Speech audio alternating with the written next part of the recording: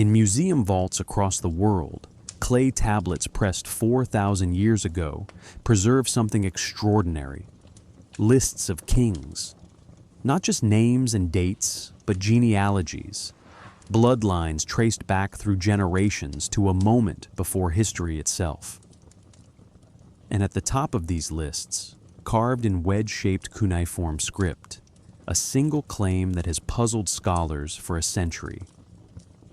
After the kingship descended from heaven, the kingship was in Eridug, descended from heaven. The Sumerian king list doesn't simply record who ruled.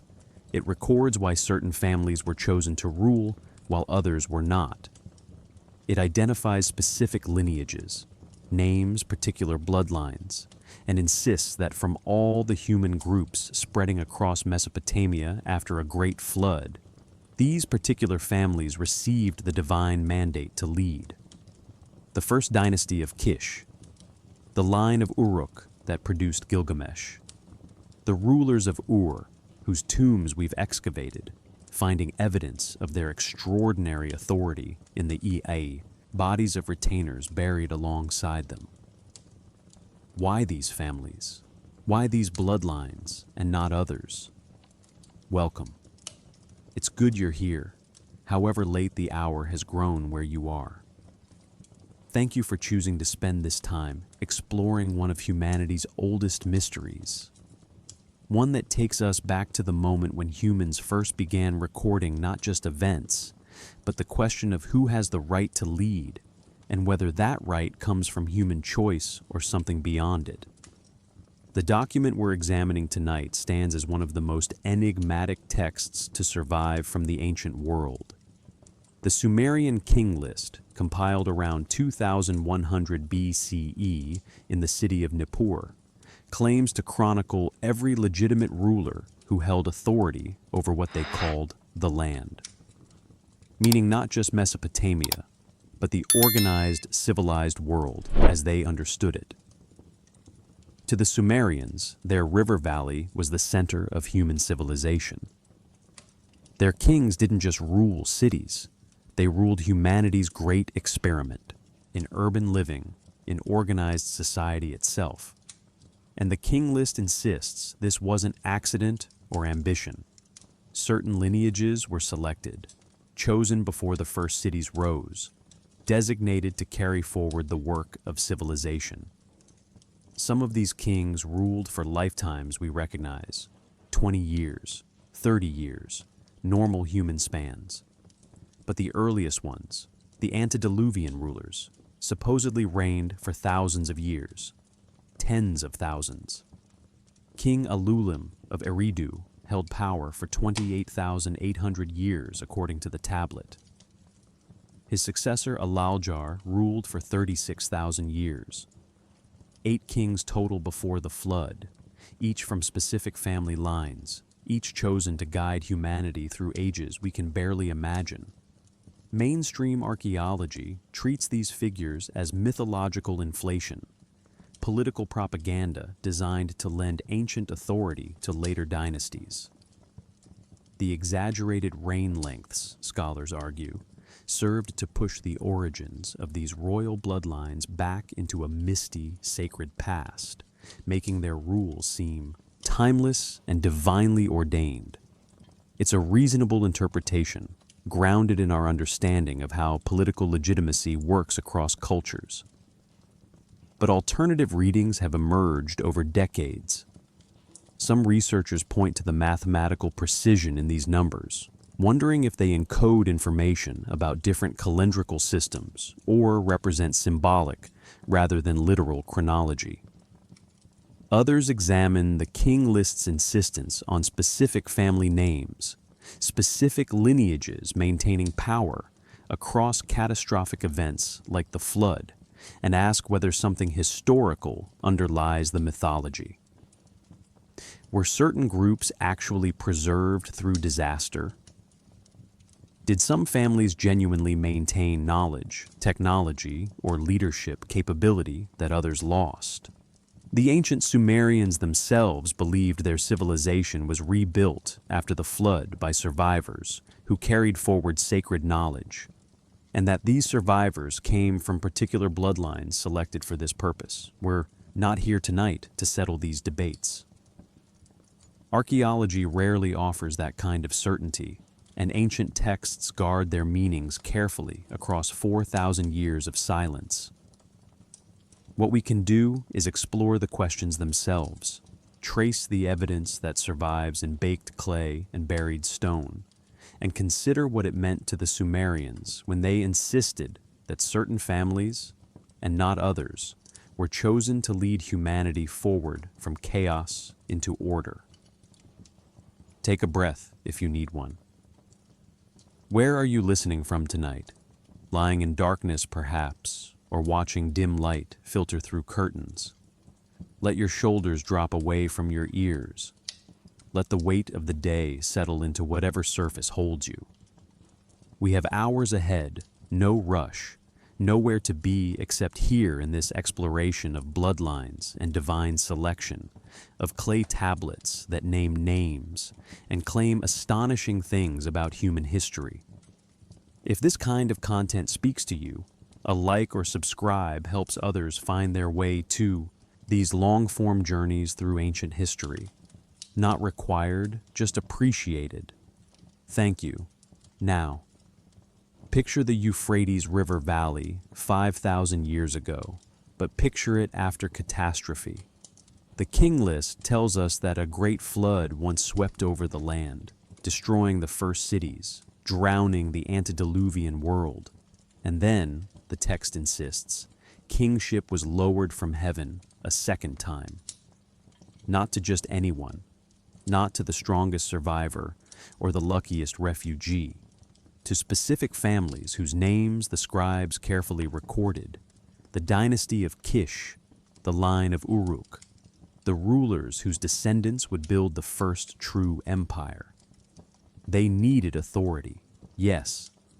Tens of thousands of people couldn't coordinate irrigation canals and grain storage and defense against raiders without leadership. But they needed legitimate authority, the kind that couldn't be questioned or overthrown, because the work of rebuilding civilization was too important to risk in power struggles and civil wars. So they created a doctrine that went beyond human preference. They said these particular bloodlines were chosen before human memory, selected to carry the burden and privilege of leadership, designated by powers beyond the mortal realm. The clay tablets recording this belief are waiting for us to examine them, to understand which families were named, and what archaeological evidence confirms or contradicts these claims. But first, we need to see the world they emerged from, the landscape and climate and slow turning of ages that set the stage for civilization itself, and for the question that would haunt every society afterward. Who should lead, and why? Long before any king ruled, long before scribes carved the names of chosen dynasties into wet clay, there was the land between two rivers, and the deep time that shaped it. The Tigris and Euphrates have flowed for millions of years, carving their paths through sediment laid down when seas covered this land, when limestone formed from countless marine creatures settling into darkness.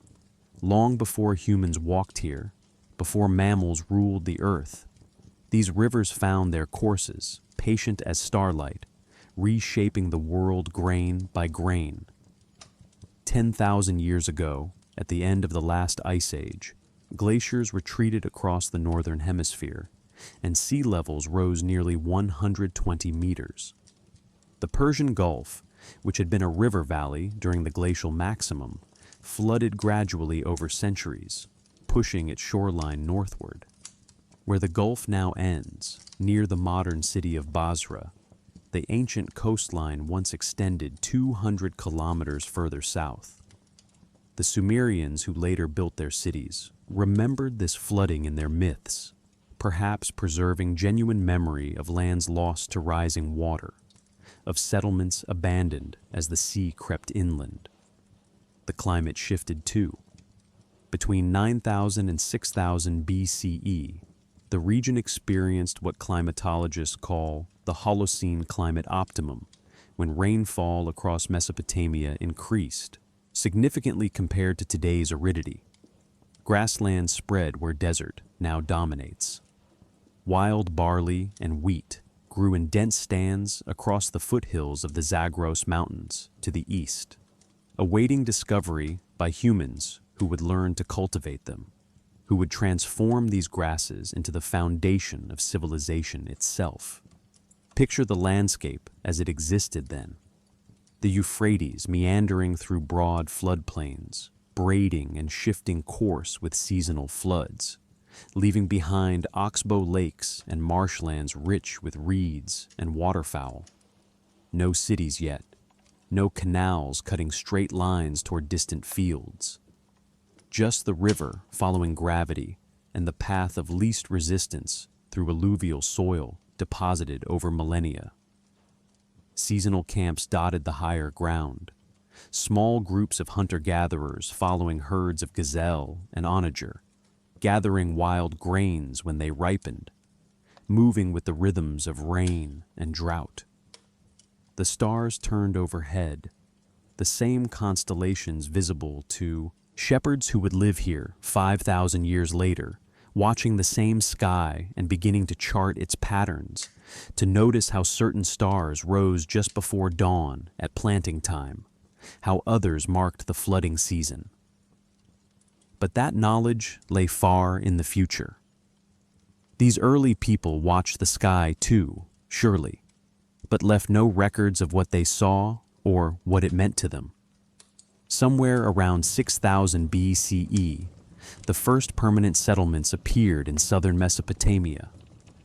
Small villages of mud brick houses clustered near the rivers, their inhabitants still hunting and gathering, but also planting crops in the rich soil left by annual floods. Eridu, which the king list would later claim as the first city, the place where kingship originally descended from heaven, began as one of these villages. Perhaps just a dozen families building homes near a freshwater spring, noticing how the land here stayed fertile, how fish filled the marshes, how date palms grew thick along the water's edge. No one ruled these villages, not in any sense we would recognize. Decisions emerged from consensus, from the authority of age and experience, from practical necessity. When conflicts arose, elders mediated. When labor needed coordination, building a storage pit, constructing a communal oven, organizing a hunt.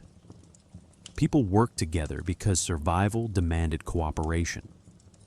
The concept of kingship, of one person holding supreme authority by divine right, didn't exist yet. Authority was temporary, situational, earned through demonstrated skill rather than inherited through bloodline. But the villages grew. Populations increased as agriculture provided reliable food surplus. Trade networks formed, carrying obsidian from Anatolian highlands, seashells from the Gulf Coast, copper from mountains to the north. Complexity accumulated slowly, generation by generation, creating problems that consensus and elder wisdom struggled to solve. How to fairly distribute water when multiple villages needed the same canal. How to settle disputes between strangers from different settlements. How to coordinate defense when raiders threatened.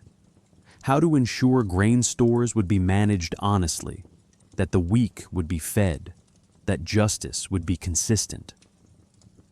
The landscape was preparing for something new. The environmental conditions were right: rich soil, reliable flooding, navigable rivers connecting settlements. The population was reaching critical mass.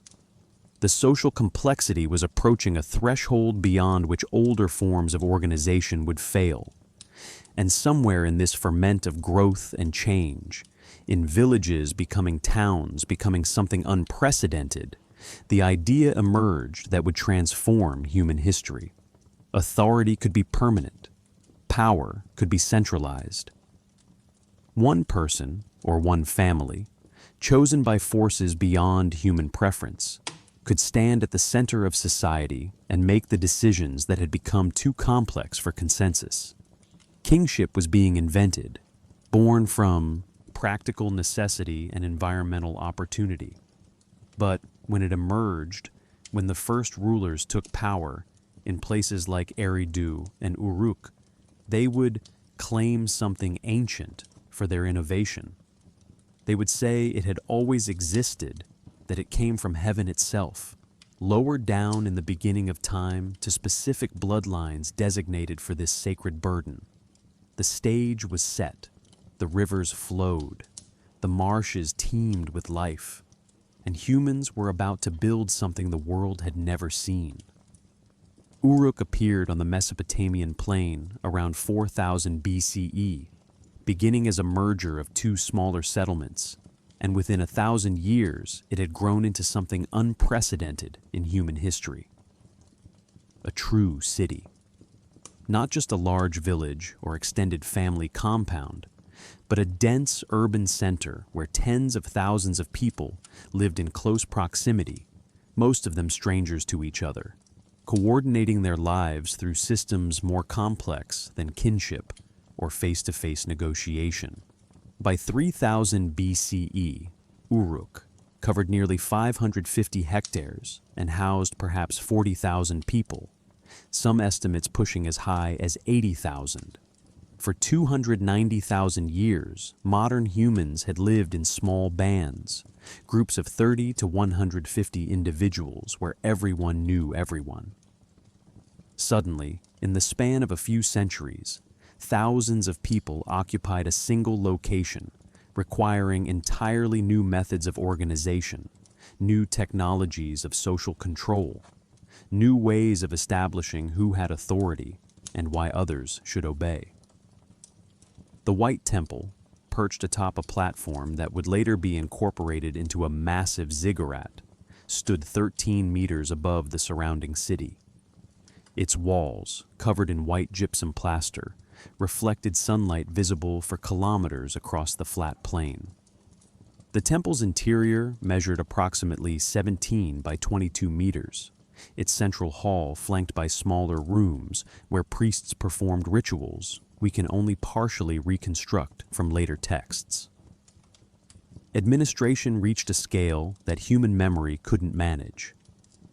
Around 3400 BCE, writing appeared, not literature yet, but accounting. Clay tablets impressed with symbols representing quantities of grain, numbers of sheep, days of labor owed or completed. The earliest tablets, found in the Iana Temple complex at Uruk, record economic transactions in a script that would evolve into cuneiform, the wedge-shaped writing system that would eventually record the king list and its claims about divine bloodlines. Authority was crystallizing. By 3200 BCE, Uruk had developed a ruling class. Cylinder seals marked documents with individual identities. Some showed elaborate scenes, figures receiving tribute, leaders seated on thrones, processions of bound captives. Social stratification appears clearly in burial practices. Common graves held bodies with minimal grave goods. Elite burials contained elaborate offerings. Gold and silver jewelry, imported lapis lazuli from Afghanistan, intricately carved stone vessels, weapons of bronze and copper. The cities were rising. Uruk, Ur, Eridu, Kish, Lagash, Nippur, each a center of innovation and power, each competing with its neighbors for resources and influence. The land between the rivers was becoming urban, organized, hierarchical, and the rulers of these cities needed a way to explain why they, and not others, deserved obedience. The answer they developed would echo through 4,000 years. They would claim descent from kings who ruled before the flood, bloodlines chosen when kingship first descended from heaven. Multiple copies of the Sumerian king list survive, excavated from sites across southern Iraq, but the most complete version came from Nippur during excavations conducted between 1889 and 1900 by the University of Pennsylvania. Clay prisms and tablets inscribed around 2100 BCE during the Ur-3 period, when the third dynasty of Ur briefly unified the region. The scribes who compiled these texts weren't inventing new material. They were copying, standardizing, and editing traditions that had circulated for centuries in oral and written forms. The opening line stops you cold. After the kingship descended from heaven, the kingship was in Eridug, not created, not invented, not seized or earned, descended, lowered from the realm of gods to the realm of humans, arriving in Eridu, that ancient settlement near the marshes. The text presents this as historical fact, as the beginning of ordered human society, the moment when divine authority manifested in earthly rulers. Then come the names. In Eridug, Alulim became king. He ruled for 28,800 years. Al-Aljar ruled for 36,000 years. 8 kings total before the flood, their reign spanning 241,200 years, according to the mathematics recorded on the tablets. 5 cities held kingship during this antediluvian period. Each city's rulers came from specific lineages, bloodlines designated to carry kingship forward through those impossible ages. The text itself shows no awareness of this as metaphor. The king list presents these reigns as continuous history, real kings ruling real cities for periods it specifies with bureaucratic precision. And then comes the line that changed everything. Then the flood swept over. And after the flood, the text continues without missing a beat. After the flood had swept over and the kingship had descended from heaven a second time, the kingship was in Kish. Not that humans rebuilt civilization and created new rulers. That kingship descended again, lowered from heaven a second time, landing in a new city with new bloodlines designated to receive it. The tablets themselves, fired clay impressed with reed stylus marks, sit now in museums. Oxford, Philadelphia, Istanbul. Small objects, most no larger than your hand, yet containing claims that shaped how civilizations understood authority for millennia. Kings were not made. They were selected, chosen, descended from lineages marked before human history began. The clay has endured. The claims it makes remain, contested. Clay has a memory. Press your finger into wet clay, and the impression remains, hardens, survives for thousands of years if conditions allow. The Sumerians understood this, used it, turned it into the foundation of their record-keeping and their claims about divine kingship. Every tablet we examine today began as river mud mixed with water and sometimes chaff to prevent cracking, shaped into rectangles or rounded prisms, inscribed while still damp with a cut reed stylus. The stylus itself was simple, a length of reed, perhaps 15 centimeters long, cut at an angle to create a wedge-shaped tip. When pressed into clay at different angles, this tool produced the combinations of wedges that formed cuneiform signs. A trained scribe could write quickly, maintaining consistent size and spacing, producing documents that modern readers find almost unnervingly precise given the simplicity of the technology. Tablets were left to dry in the sun, creating documents durable enough for short-term use. But the tablets that survived to reach us, including copies of the king list, owe their preservation to fire. When buildings burned, whether through accident or warfare, the clay tablets inside were inadvertently fired to ceramic hardness, transformed from fragile sun-dried clay into virtually indestructible artifacts. Libraries destroyed became archaeological treasures, their contents preserved by the same flames meant to erase them. The king list was copied and recopied across centuries, taught in scribal schools called edubas, where young men spent years learning the complex cuneiform script. Students practiced writing by copying established texts, including lists of kings, mathematical tables, hymns to gods. The king list thus served dual purposes: political document asserting dynastic legitimacy, and educational tool training new generations of scribes in the official history they would help maintain.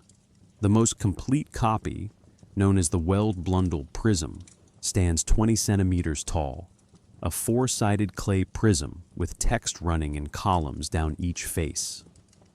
Discovered at Larsa in southern Iraq, acquired by Herbert Weld-Blundell in 1922, it now resides in the Ashmolean Museum at Oxford. You can examine high-resolution photographs online, count the wedges that form each sign, trace the scribe's path down the columns. No two copies of the king list are identical. Scribes added kings, omitted others, adjusted reign lengths, included different cities in the succession of dynasties. This variation tells us something important. The king list wasn't fixed scripture, but evolving tradition, adjusted to serve the political needs of whoever commissioned a new copy. The texts exist, the names are listed, and whether we trust their claims or doubt them, the physical evidence remains. Wedge marks in clay, pressed by reed, dried in sun, fired by accident, waiting 4 millennia to be read. The king list doesn't just claim kingship descended from heaven. It names the bloodlines that received it, identifies specific dynasties that carried divine authority through antediluvian ages, across catastrophic flood, and into historical times when archaeology can confirm or challenge what the texts assert. First dynasty of Kish, immediately after the flood, begins with 23 rulers whose names march down the clay prisms in formal sequence. Gushur, first to rule when kingship descended the second time. Kulasina-Bel, his successor. Then Nangishlishma, Entera'ana, and onward through kings whose names survive only in these lists, whose reigns the text measures in decades or centuries, whose actual existence we cannot verify through independent evidence. Until we reach Enmebarajesi. Here, finally, the mythological merges with the archaeological. Enmebarajesi of Kish, listed as the 22nd king of the first dynasty, appears not just in the king list, but in other Sumerian texts, in temple inscriptions, in Epic of Gilgamesh references. Excavations at Nippur uncovered votive objects inscribed with his name, dedicated during his reign around 2600 BCE. He is real, or as real as we can establish for rulers 4.5 millennia dead. The king list's credibility increases at this point, its transition from mythology to history marked by corroborating evidence. The first dynasty of Uruk follows, and here the names become famous. Mesh-Kiang-Gashur, who entered the sea and disappeared, according to the text's cryptic notation. His son Enmerkar, credited with building Uruk and expanding its territory. Then Lugalbanda, the shepherd king, and finally Dumuzid, usually identified as Gilgamesh himself, the hero of humanity's oldest surviving epic, king and god-killer, seeker of immortality. Gilgamesh's historicity remains debated. The epic portrays him as semi-divine, 2/3 god and 1/3 human, possessing superhuman strength and undertaking impossible journeys. But inscriptions from shortly after his supposed reign mention him as historical king. The king list assigns him a reign of 126 years, shorter than earlier rulers, but still beyond normal human span. Perhaps he ruled for a normal lifetime, but his legend grew. Or perhaps the king list absorbed mythological tradition into its supposedly factual chronology. Leonard Woolley's excavations at Ur between 1922 and 1934 revealed the most dramatic evidence for the dynasties the king list describes. The royal cemetery, dating to approximately 2600 to 2500 BCE, contained elaborate tombs of rulers whose names connect loosely to king list entries. The Great Death Pit held bodies of 74 individuals, soldiers, servants, musicians arranged in rows, their jewelry and ceremonial dress intact, apparently accompanying their ruler into death through poison or ritual suffocation. Woolley worked through the cemetery systematically, mapping each burial, photographing objects in situ before removal. The excavation photographs, preserved now in museum archives, show the moment of discovery. Skeletal remains wearing golden headdresses, lapis lazuli beads still arranged around neck bones, copper weapons laid beside bodies that wielded them 4,500 years ago. PG 789, designated the Great Death Pit, measured approximately 9 by 27 meters, its entrance ramp descending into darkness where tomb robbers had somehow missed these extraordinary burials. One photograph shows Lady Puabi's tomb as Woolley's team first exposed it. Her body lay in a wooden chamber, its timber long since decayed, marked only by dark stains in the soil. But her headdress survived complete, golden leaves and rosettes, lapis lazuli and carnelian beads, silver combs. The preservation was so perfect that conservators could reconstruct exactly how she wore it, could measure the diameter of each golden ring, could count the individual beads on every strand. Her name appeared on a cylinder seal found with the burial, Puabi Nin, meaning Puabi, queen. The death pit associated with her tomb contained additional burials, 6 men in copper helmets and 10 women in ceremonial dress, arranged as if participating in a ritual that ended in their death. Whether they went willingly, whether they were honored or coerced, the archaeology cannot tell us. But the scale of the sacrifice speaks to the ruler's authority, to the power required to command or inspire such acts, to the ideology that made this seem necessary or appropriate. The treasures Woolley excavated now reside in the British Museum, the University of Pennsylvania Museum, and the Iraq Museum in Baghdad. Gold bull-headed lyres, silver boat models, gaming boards inlaid with shell and lapis, weapons of silver and copper. The wealth concentrated in these burials confirms what the king list implies. By 2600 BCE, Sumerian rulers commanded resources beyond anything their ancestors imagined, wielded authority that could organize labor forces, direct craft specialists, and demand ultimate sacrifices from subjects. But which dynasty did Puabi belong to?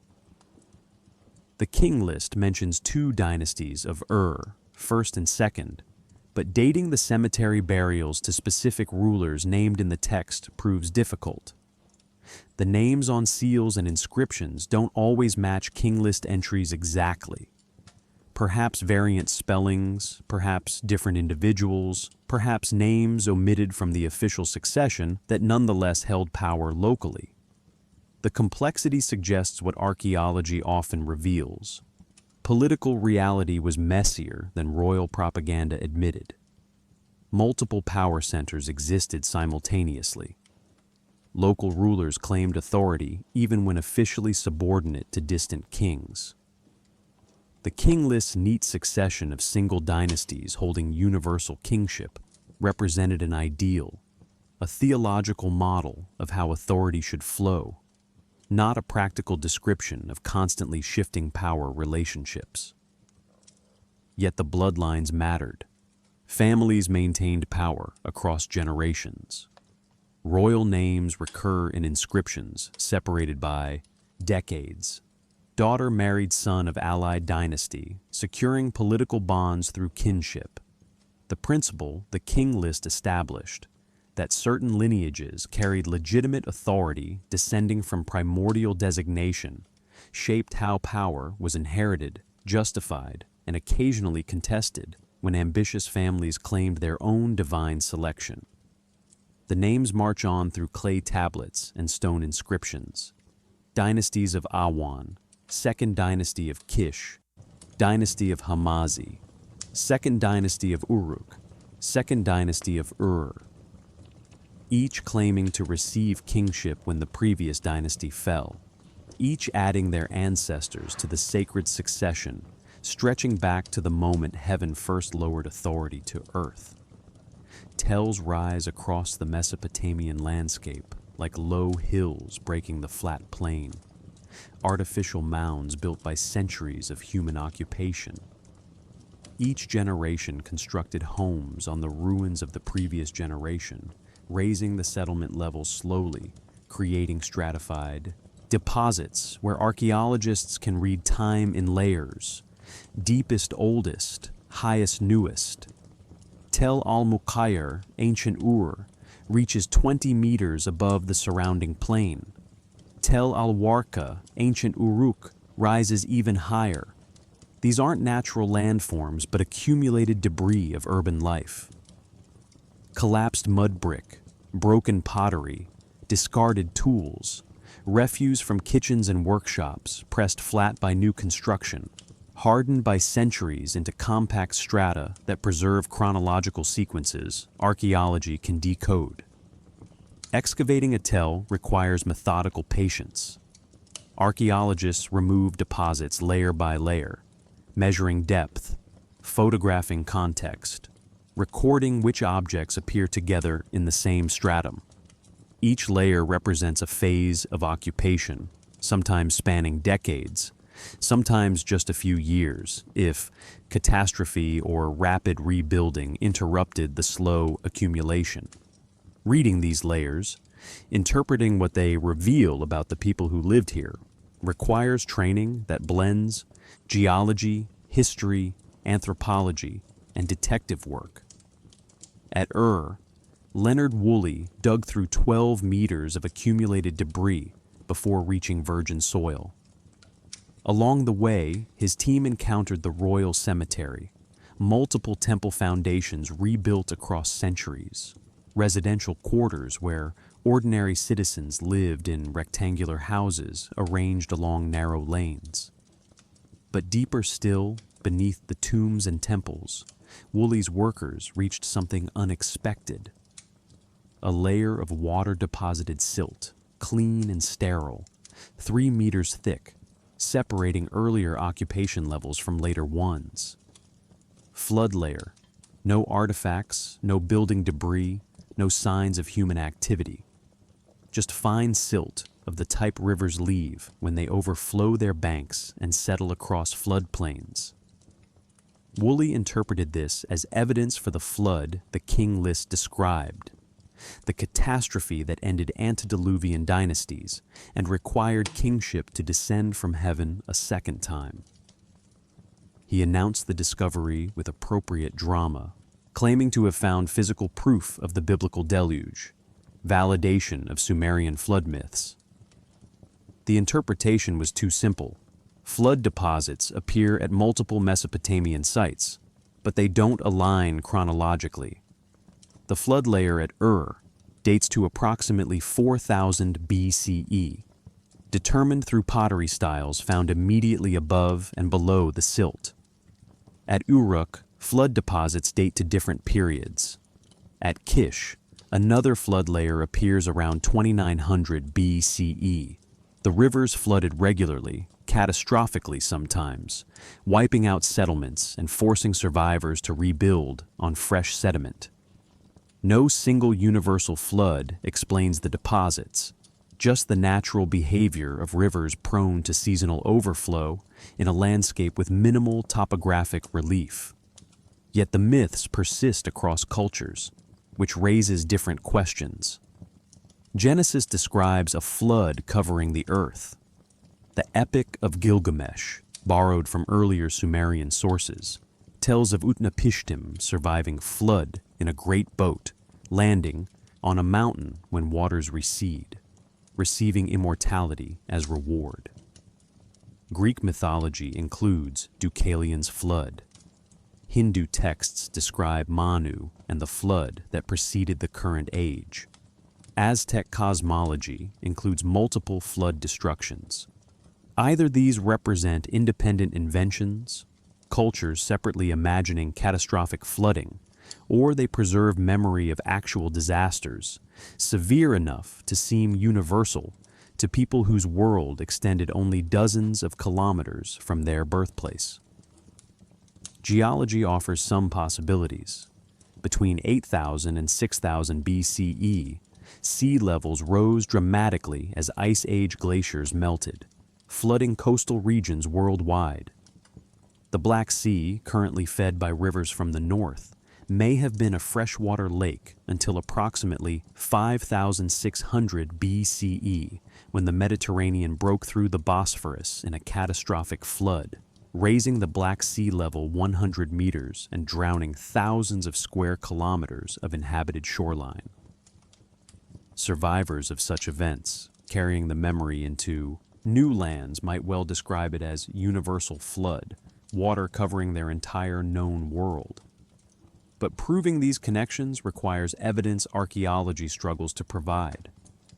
Flood deposits are mute.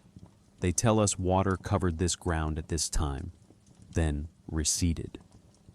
They don't explain how survivors interpreted the event, what stories they told, whether trauma was passed to descendants centuries later, who incorporated it into cosmological narratives about divine judgment and human renewal.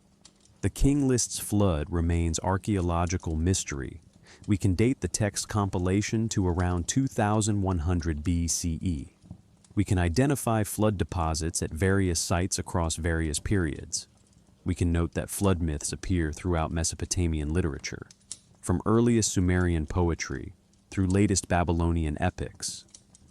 But connecting the mythological flood that divided antediluvian dynasties from post-flood kingship to any specific geological event, this connection remains speculative, tempting, but unproven. What the archaeology does confirm is continuity. No absolute break divides Mesopotamian culture into before and after phases. Pottery styles evolve gradually. Temple architecture develops across centuries without sudden disruption. Writing appears and spreads through gradual diffusion. The King List's flood, which supposedly killed everyone except survivors in one boat and required kingship to descend from heaven again, isn't reflected in cultural discontinuity the archaeological record would show. This doesn't make the myth false, exactly. It means the myth served purposes other than literal history. Perhaps it explained why current dynasties differed from legendary ancient ones. Perhaps it justified political changes, new families claiming power after catastrophic wars that seemed like world-ending floods to those who survived them. Perhaps it reconciled contradictory traditions, separating mythological kings with impossible reign lengths from historical kings with verifiable lifetimes by placing a flood between them. The tells stand quiet now, protected archaeological sites where excavation continues under permits carefully granted, slowly revealing what 5,000 years of human occupation left behind. Each season brings new discoveries: a tablet with previously unknown text, a seal bearing a name that connects to other inscriptions, a foundation deposit that dates a building phase, a burial that preserves evidence of ancient disease or injury or craft specialization. The evidence accumulates layer by patient layer, never quite assembling into certainty, always raising new questions even as it answers old ones. We have the texts that name bloodlines chosen by heaven. We have the ruins of cities those bloodlines ruled. We have flood deposits and royal tombs and temple foundations. What we don't have is simple answers about why those particular families, those specific dynasties, claimed and often held power across centuries in the world's first urban civilization. Mesopotamian cosmology didn't place gods in distant heaven, remote and unreachable. The gods walked among humans, dwelt in temples, required daily feeding and clothing, participated actively in earthly affairs. An, god of heaven, ruled the celestial realm. Ki, goddess of earth, embodied the ground itself. Enlil, god of wind and storm, held supreme executive authority among the pantheon. Enki, god of wisdom and fresh water, granted humans the arts of civilization. These weren't abstract principles, but personalities, beings with preferences and moods, capable of anger and favor, demanding service and offering protection in return. Power in Sumerian thought wasn't arbitrary or self-generated. Authority flowed from divine sources, granted through supernatural mechanisms humans could influence through proper ritual, but never fully control. The concept of me captures this theological understanding, divine powers or attributes that existed as transferable essences, properties the gods possessed and could bestow on humans or cities or institutions. Kingship was one such me, a divine attribute that could be given or withdrawn, that descended from heaven to specific individuals designated to receive it. The myth of Inanna's journey to retrieve the me from Enki illustrates how this worked. Inanna, goddess of love and war, traveled to Eridu, where Enki guarded the divine attributes in his temple. Through cleverness and intoxication, she acquired the me, over 100 divine powers, including kingship, priesthood, truth, descending into the underworld, ascending from the underworld, weapons, crafts, law, music. She loaded them onto her boat and sailed away before Enki sobered and realized what he'd given up. The story treats divine power as concrete property, possessible and transferable, not metaphysical abstraction. Kings understood themselves as recipients of these divine attributes, not as gods themselves. The distinction mattered. Egyptian, pharaohs were considered living gods, incarnations of divine essence. Mesopotamian kings remained human, mortal, subject to disease and death like any person, but holding a divine office that elevated them above ordinary humanity. They served as intermediaries, representatives implementing divine will on earth, administering the me of kingship that had been lowered from heaven in primordial times. This theology shaped daily practice. Kings didn't rule by personal authority alone, but by demonstrating continuous divine favor. They built temples to maintain proper relationship with gods. They performed rituals that renewed the connection between heaven and earth. They consulted omens before major decisions, seeking confirmation that gods approved their plans. They presented themselves in inscriptions and art not as conquerors or geniuses, but as faithful servants executing divine commands, chosen by gods to shepherd human communities. The sacred marriage ceremony, performed annually during the New Year festival, enacted this relationship ritually. The king, representing either Dumuzid, the shepherd god, or sometimes Enki, sexually united with the high priestess, representing Inanna. The ceremony took place in the temple's inner chamber, witnessed by priests and priestesses who chanted hymns describing the divine union. Through this act, the king's authority was renewed for another year, his connection to divine power reaffirmed, the land's fertility ensured through symbolic marriage between human ruler and goddess. Texts describing the sacred marriage speak in explicit terms. My vulva, the horn, the boat of heaven, is full of eagerness like the young moon, proclaims Inanna in one Sumerian hymn. My untilled land lies fallow. The king responds, Lady, your breast is your field.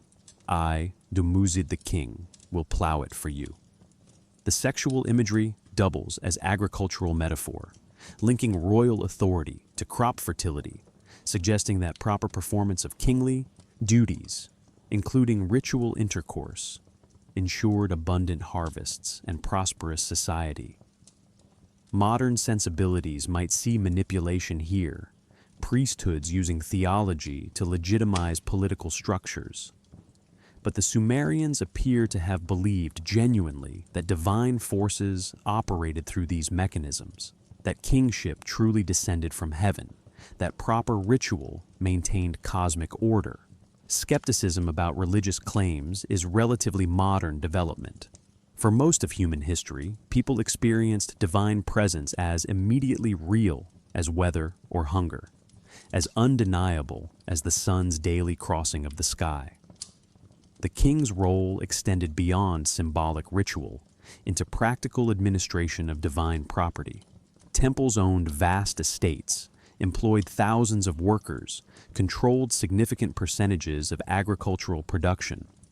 These weren't private property, but divine holdings, land belonging to the gods, managed by priests, and ultimately overseen by kings who served as chief administrators. Temple records track grain flowing into storehouses, livestock births and deaths, textile production, metal imports.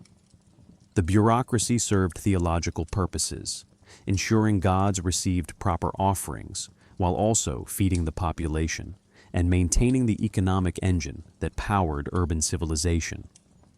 Law emerged from this divine framework too. The earliest law codes, including Ur-Nammu's code from around 2100 BCE, present legal standards as divinely ordained, instructions the gods revealed to righteous kings, who then implemented them for human benefit. Then did Ur-Nammu, the mighty warrior, king of Ur, king of Sumer and Akkad, by the might of Nanna, lord of the city, establish equity in the land. The laws weren't king's inventions, but divine mandates he had responsibility to enforce.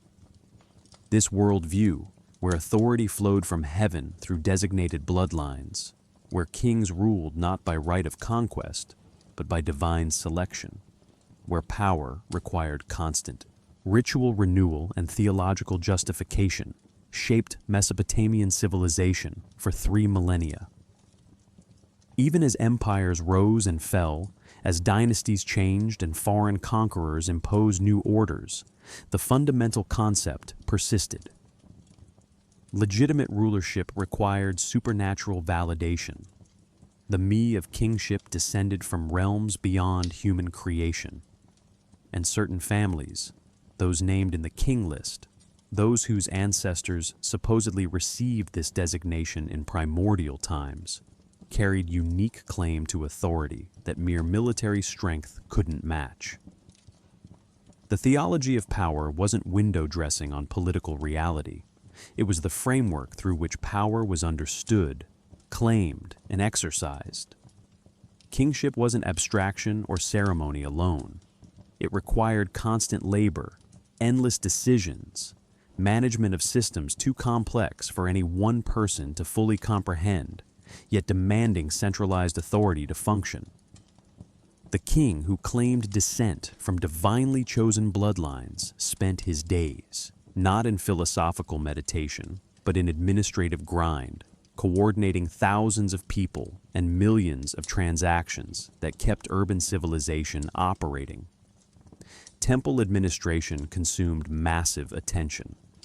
The Eanna temple complex at Uruk, dedicated to Inanna, controlled approximately 1,200 hectares of agricultural land by 3000 BCE, employed over 1,200 workers directly, and processed grain, wool, and finished textiles from tributary regions. Records track every transaction. Barley issued to field workers, wages paid to weavers, offerings presented to the goddess statue each dawn and dusk, tools distributed to craftsmen, livestock allocated for sacrifice. Scribes maintained these records, but kings bore ultimate responsibility. If grain stores ran short before harvest, if workers rebelled over insufficient rations, if temple offerings failed to satisfy priesthood expectations, the king answered for failure. He appointed overseers, reviewed reports, adjudicated disputes between department heads who competed for resources, authorized major expenditures, and ultimately stood accountable to gods and populace for the system's proper functioning. Canal maintenance required coordinated labor beyond anything temples alone could organize. The Euphrates and Tigris flooded seasonally, carrying silt that gradually filled irrigation channels, reducing flow, threatening crop failure. Each spring, after planting, but before the hottest summer months, work crews had to excavate accumulated sediment, shore up earthen banks, clear vegetation blocking intakes. Organizing thousands of workers from multiple communities, ensuring fair distribution of the burden, managing food supply for crews working far from home, resolving conflicts between villages competing for water rights. These tasks demanded authority everyone recognized as legitimate. Legal judgments fell to the king or his appointed judges. Commercial disputes, property disagreements, accusations of theft or assault, marriage contracts disputed, inheritance challenged. The complexity of urban life generated constant need for adjudication. Law codes provided frameworks, but many cases required judgment calls, weighing testimony, assessing credibility, determining appropriate compensation. The king's role as supreme judge wasn't ceremonial title, but practical necessity in societies where private violence had to be channeled into legal procedure, or else cities would descend into blood feuds. Military leadership remained essential despite the sacred nature of kingship. Sumerian city-states fought constantly over water rights, border territories, trade routes, and simple dominance. Kings led armies personally, at least in earlier periods. Later, as administration grew more complex, they appointed generals but still bore responsibility for strategic decisions, alliance negotiations, and the difficult choice of when to fight and when to seek peace. Shulgi, second king of Ur III dynasty around 2050 BCE, left detailed records of his administrative innovations. He standardized weights and measures across his empire, established regular taxation, created a courier system for rapid communication, reformed the calendar, commissioned new law codes, and personally inspected provinces to ensure governors followed royal policy. His year name inscriptions, the practice of naming each year after significant events, track his activities. Year Shulgi made the weights of the empire conform to a single standard. Year Shulgi destroyed Simurum and Lulubum. Year the king built the wall of the land. Imagine Shulgi on his capital throne at Ur, morning audience beginning as sun clears the ziggurat's eastern face.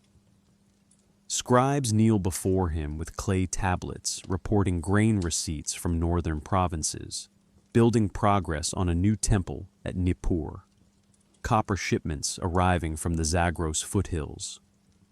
A delegation from Lagash requests judgment on water rights disputed with Umma. Foreign merchants seek permission to transport lapis lazuli through royal territory. A general reports that tribal raiders have crossed the desert frontier and asks authorization to pursue them. Temple priests want increased offerings for an upcoming festival honoring Nana, the moon god. Each decision affects thousands of lives. Approve the water allocation incorrectly, and one city's fields dry while another's flood. Deny the merchants and trade revenue declines. Chase the raiders too far, and the army risks ambush in unfamiliar territory. Reduce temple rations, and priests whisper that the king has lost divine favor. The weight of these choices, the constant pressure of getting details right while maintaining the theological fiction that gods guide each decision, would exhaust anyone regardless of claimed divine descent. The king's day extended into evening. After sunset, he reviewed reports his scribes compiled from daily proceedings. He consulted with his council, experienced administrators, whose advice he valued even though authority ultimately rested with him. He received envoys who traveled by night to avoid heat. He possibly performed private rituals, prayers, and offerings in his palace chapel, maintaining personal relationship with deities who supposedly selected his bloodline for rulership. Late at night, finally alone or attended only by closest servants, did he doubt? Did the burden of sacred kingship feel heavier than the authority it granted? We cannot know. No personal diaries survive from Sumerian kings, no private letters revealing inner thoughts. We have only their public inscriptions, declarations of piety and conquest, claims of divine favor and perfect administration. What we do know is that the system functioned remarkably well for centuries. Cities grew, trade expanded, architectural and artistic achievements accumulated, literacy spread, legal frameworks developed. The combination of divine legitimacy and practical administration, of bloodlines, supposedly chosen by heaven, performing the exhausting daily work of governance, created stability that allowed civilization to flourish in an environment where survival demanded unprecedented cooperation.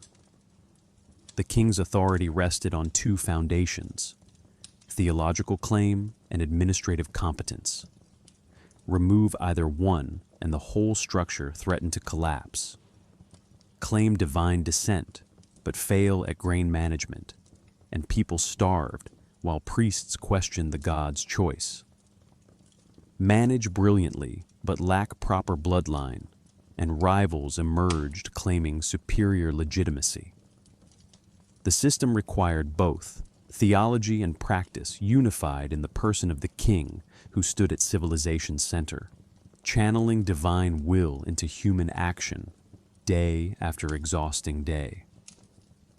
Ziggurats dominated Sumerian cityscapes, artificial mountains rising in stepped platforms toward the sky, visible for kilometers across flat Mesopotamian plains. These weren't tombs like Egyptian pyramids, but temple platforms, elevating sanctuaries above the mortal realm, creating architectural connection between earth and heaven. The ziggurat at Ur, best preserved of these structures, shows us exactly how authority was built in mud brick and ambition. The ziggurat's base measured approximately 64 by 46 meters. Its corners aligned to cardinal directions with precision, suggesting careful astronomical observation. 3 massive staircases converged at the first terrace, one perpendicular to the facade, 2 flanking it at angles, all meeting at a gateway controlling access to upper levels. Clay bricks, millions of them, formed the core structure, covered with fired brick facade approximately 2.5 meters thick, protecting mud brick interior from rain erosion. Ur-Nammu, first king of the 3rd dynasty around 2100 BCE, commissioned this ziggurat dedicated to Nana, the moon god. Foundation deposits buried at the structure's corners contained inscribed bricks recording the king's name and building project, ensuring future generations would know who created this monument and to which deity he dedicated it. The inscriptions follow standard formula. Ur-Nammu, the mighty man, king of Ur, king of Sumer and Akkad, has built this for his lord Nana. Construction required massive labor coordination. Archaeologists estimate the ziggurat contained approximately 850,000 cubic meters of brick. At 200 bricks per cubic meter, that's 170 million individual bricks. Even with workers producing thousands of bricks daily during dry season, when clay could be shaped and sun-dried efficiently, the project consumed years and employed armies of laborers. Brickmakers, carriers, layers, supervisors, surveyors, maintaining level and alignment. Why build so large? Partly practical. Elevation protected the temple from flooding, created impressive visibility, advertising the city's wealth and divine favor. But mostly theological. The ziggurat represented cosmic mountain, axis mundi connecting earth to heaven, place where gods could descend to meet their human servants. Nana's temple sat atop the structure, small chambers where priests performed daily rituals, where the god statue resided, where offerings were presented. Climbing the staircases, priests ascended from human realm toward divine presence, the physical journey mirroring spiritual elevation. Royal palaces stood adjacent to temple complexes, the proximity intentional. At the palace covered several hectares near the ziggurat's southeast corner, a warren of courtyards, audience halls, administrative offices, residential quarters, and storage rooms. Excavations revealed throne room foundations, cooking facilities that produced meals for hundreds, private quarters with sophisticated drainage systems, and archives containing thousands of administrative tablets. The architecture revealed social hierarchy. Public spaces opened large and impressive, capable of holding crowds of petitioners and visitors. As you moved deeper into Dipitius, the complex, rooms became smaller, more private, accessible only to those with legitimate business or high rank.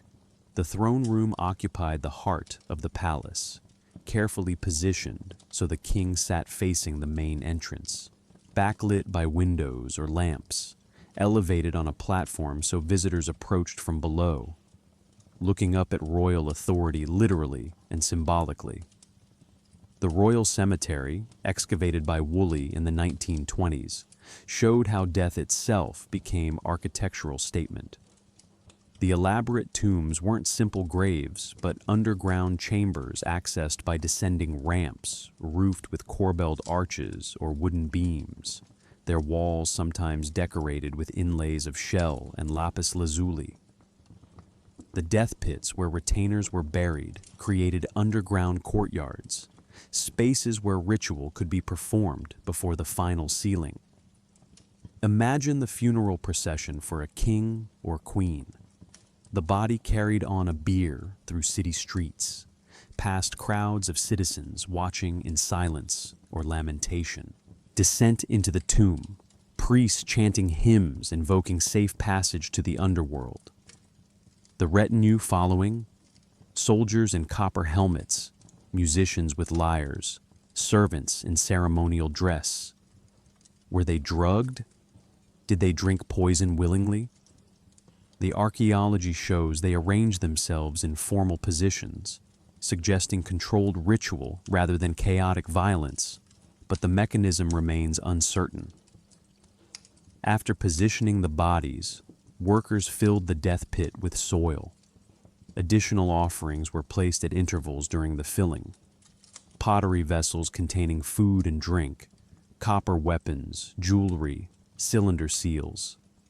The ramp was filled last, erasing the entrance, leaving only a low mound at ground level marked perhaps with stone stelae or wooden posts.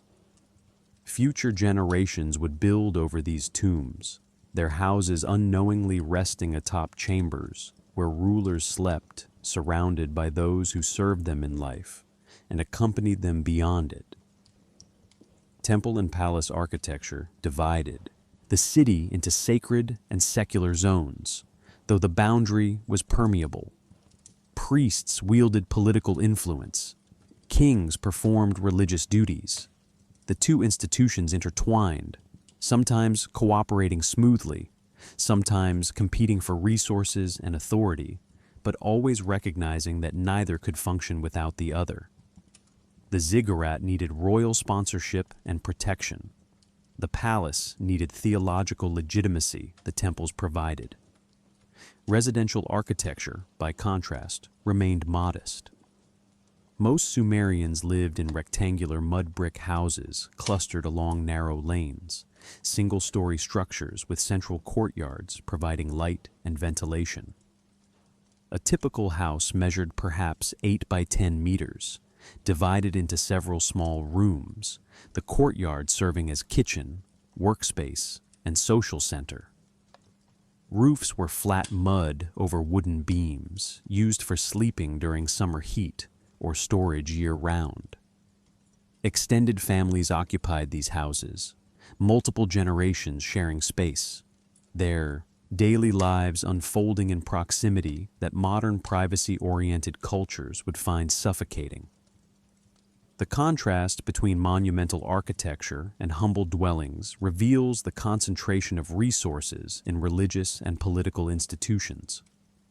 Temples and palaces consumed enormous labor and materials. Ordinary citizens lived in structures requiring minimal investment, their homes lasting perhaps a generation before needing substantial repair or replacement. The city's architectural profile, massive ziggurats and palace complexes rising above low residential quarters, physically expressed the social hierarchy the king list presented theologically. Divine bloodlines deserved architectural splendor.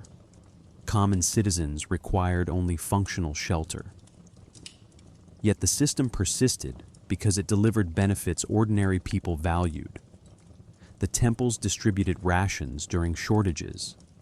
The palaces maintained canals everyone depended on. The walls the king built protected against raiders. The laws he enforced prevented strong individuals from simply taking what they wanted from weaker neighbors. Authority might be architecturally overwhelming, but it wasn't purely extractive. The grand buildings represented investment in infrastructure of order and security that allowed urban life to function. The ruins stand now as archaeological sites, protected from looters and erosion, visited by scholars and tourists who climb carefully preserved staircases, trying to imagine these structures intact, bustling with priests and workers, the smell of incense and baking bread, the sound of ritual chanting and administrative arguments, the presence of authority made physical in mud brick and divine claim. Kings didn't trust memory alone. They commissioned inscriptions, carved into stone, pressed into clay, buried in building foundations where future generations would find them and know who built this temple, who dug this canal, who defeated these enemies, who ruled with favor from gods, whose statues looked down from sanctuary heights. Ur-Nammu's law code, compiled around 2100 BCE, survives in fragmentary copies, but its prologue remains clear enough. The king describes how God selected him. At that time, Ur-Nammu, the mighty man, the king of Ur, the king of Sumer and Akkad, by the might of Nana, the lord of the city, in accordance with the true word of Utu, established equity in the land. Notice the phrasing: divine selection through Nana, implementation of Utu's truth, establishment of equity. The king presents himself not as source of law, but as instrument of divine justice. The law code itself addresses practical matters: penalties for murder, assault, robbery, adultery, false accusation, rates of compensation for injuries, so much silver for a broken bone, different amounts for slaves versus free persons, acknowledgement that social status affected legal standing, marriage regulations, inheritance rules. property rights. The details reveal sophisticated, urban society where commerce, contracts, and social complexity required standardized legal frameworks. Foundation deposits hid other inscriptions beneath building corners.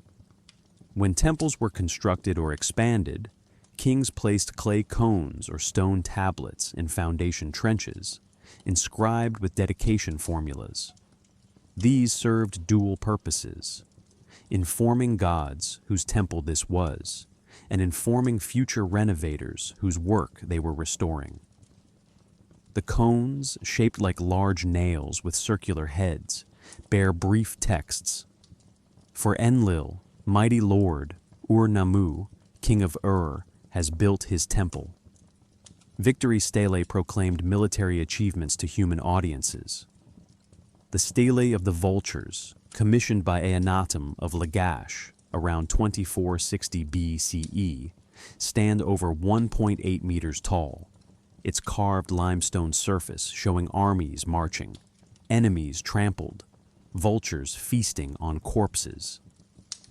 The text describes Eannatum's conquest of neighboring Umma, his restoration of proper boundaries between the city-states, his dedication of plunder to the gods.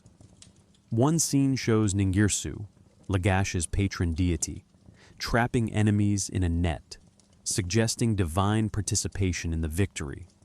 Royal epithets accumulated across inscriptions, titles stacking to display the king's comprehensive authority. King of Ur, King of Sumer and Akkad, King of the Four Quarters, Shepherd of the Black-Headed People, Beloved of Nana, chosen by Enlil. Each phrase carried meaning. Four Quarters claimed universal dominion, the known world conceived as four cardinal regions. Black-Headed People was Sumerian self-designation, possibly referring to their hair or a metaphorical description. Shepherd emphasized protective, nurturing aspect of kingship, not just command, but care. Shulgi of Ur, ruling around 2050 BCE, commissioned extensive inscriptions praising his abilities. He claimed to run 100 miles in a single day, to master multiple languages, to excel at mathematics and scribal arts, to play musical instruments, to fight as a warrior and judge as a sage. Some scholars read these as boasting, exaggeration to legitimize rule. Others suggest they reflected real education, royal princes trained from childhood in diverse skills befitting sacred kingship. Either way, the inscriptions reveal what qualities kings thought worth claiming. Not just strength, but cultivation. Not just military prowess, but intellectual and artistic accomplishment. Building projects became yearly commemorations. The practice of dating years by significant events meant each year received a name. Year the Temple of Inanna was built. Year Susa was destroyed. Year the king dug the canal named Inanna's Pride. Royal inscriptions list these year names in sequence, creating chronologies that track construction, warfare, and ritual activity.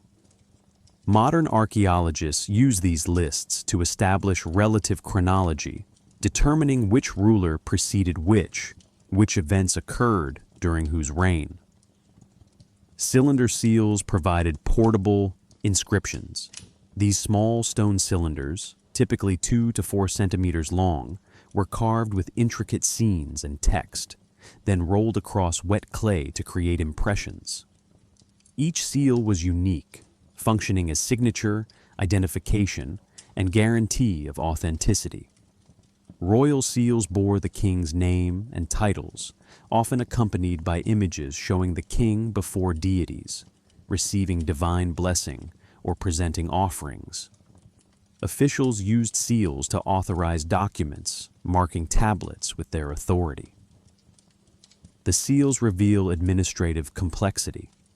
Hundreds of different seals appear on tablets from Ur III period archives, each representing an individual scribe, official, or merchant whose transactions required authentication. The bureaucracy tracked not just quantities, but identities, creating accountability systems where specific people bore responsibility for specific portions of temple or palace operations. Names mattered intensely to Sumerians. Personal names often included divine elements. Ur-Nammu means servant of Nammu, the goddess of primordial waters. Shulgi incorporates the name of Utu, the sun god. These weren't casual choices, but declarations of allegiance, acknowledgement of which deity protected the family, which god had participated in the child's birth. Royal names especially carried weight, since kings claimed descent from bloodlines originally chosen by gods, their names continuing patterns established by ancestors who ruled in mythological times. Stone inscriptions endured where clay might crumble. The famous Hammurabi stele, though dating to Babylonian period after Sumer's decline, continued Sumerian tradition. Black diorite, standing 2.25 meters tall, carved with law code and crowned by relief showing Hammurabi receiving laws from sun god Shamash. The stone's durability was intentional, meant to outlast empires, to preserve the king's name and achievements for eternity. But eternity proved shorter than kings hoped. Temples fell to conquerors, palaces burned, statues were broken, carried off as plunder, or buried beneath later construction.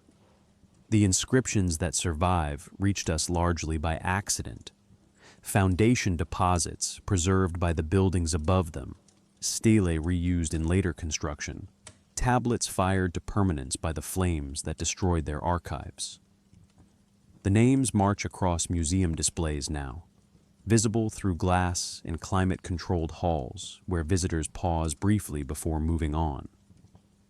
Ur-Nammu, Shulgi, Eannatum, Gudea, rulers whose inscriptions claimed eternal fame, whose descendants promised to maintain their memory, whose bloodlines supposedly carried divine mandate to lead humanity. They got their immortality after a fashion. Not continuous memory, but archaeological resurrection, their names spoken again by scholars reconstructing their achievements from fragments of stone and clay. Something hidden remains, though, knowledge carved into inscriptions we haven't found, or passages, damaged beyond reconstruction. The complete king list, the full accounting of every ruler who claimed divine bloodline, may never be recovered. But enough survives to see the pattern, to understand how names written in stone attempted to transform temporal power into permanent legacy, how rulers hoped inscription would triumph over time itself. The Sumerians watched the sky with intensity modern urban dwellers can barely imagine. No electric lights washed out the stars, no buildings blocked horizons.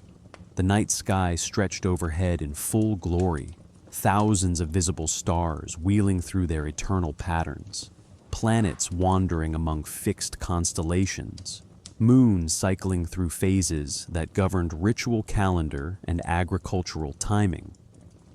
Ziggurat corners aligned to cardinal directions with precision requiring careful observation. The Great Ziggurat at Ur, measured by modern surveying equipment, shows orientation error of less than 1 degree. Achieving this accuracy, circa 2100 BCE, demanded sophisticated astronomical knowledge and practical surveying techniques. Priests likely used shadow casting methods, marking where shadows fell at sunrise and sunset on equinox days, bisecting the angle to find true north. Or they observed circumpolar stars, noting the point around which the heavens appeared to rotate. The MUL.APIN tablets, compiled around 1000 BCE but copying much earlier Sumerian sources, preserve extensive astronomical catalogs. These texts list stars visible in each month, describe planetary movements, record heliacal risings marking seasonal transitions. Heliacal rising means the first day a star becomes visible just before dawn after a period of invisibility due to its position near the sun. The Sumerians used these appearances as calendar markers, noting that when certain stars rose at dawn, planting season began, or flooding approached, or harvest neared. Perhaps the most significant astronomical observation tracked the moon. Nana, the moon god, held special importance at his cycles governing the ritual calendar and influencing everything from temple offerings to legal proceedings. The Sumerian month began at new moon, when the crescent first became visible after sunset.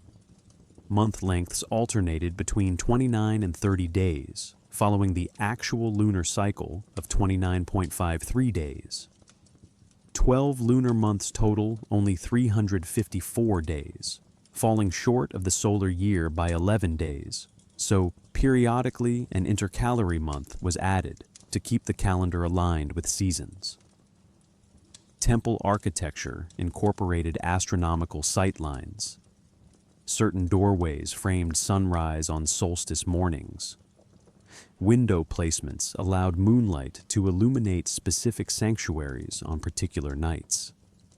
These weren't decorative choices, but functional designs, creating moments when celestial events manifested visibly within sacred spaces, when priests could witness divine presences, literally illuminating the chambers dedicated to them. The connection between astronomy and authority ran deep. Kings claimed to rule by divine mandate, and gods revealed their will partly through celestial signs. Astronomical omens, recorded in texts like Enuma, Anu, and Lil, interpreted planetary positions, lunar eclipses, meteor appearances, and stellar configurations as communications from divine realm. If Venus appeared in the wrong position, or if an eclipse occurred on a ritually significant day, priests advised the king accordingly, sometimes recommending delay of military campaigns or modification of construction projects. Was this primitive superstition or sophisticated pattern recognition? The line blurs when you consider that astronomical observations genuinely correlated with seasonal changes affecting agriculture, that lunar cycles influenced river flooding through tidal effects on the Persian Gulf, that celestial events occurred in mathematically predictable patterns the Sumerians successfully charted. They lacked modern theoretical frameworks, but accumulated empirical knowledge through patient observation across generations. Modern archaeoastronomy examines these alignments using precise measurements and computer modeling. Researchers can calculate exactly which stars were visible from Mesopotamia in 2500 BCE, which celestial events occurred on dates corresponding to known historical events, whether claimed astronomical phenomena could have actually appeared as ancient texts describe. The results often confirm Sumerian astronomical accuracy, while remaining agnostic about theological interpretations attached to observations. What remains hidden in plain sight is the sophistication required to maintain these systems across centuries. The knowledge had to be taught, preserved, transmitted through scribal schools and priestly lineages. Errors in calculation or transmission would accumulate over generations, yet the astronomical sections of the king list, the date formulas, the ritual calendars all show remarkable consistency. Someone was checking, correcting, maintaining precision despite having only clay tablets and direct observation to work with.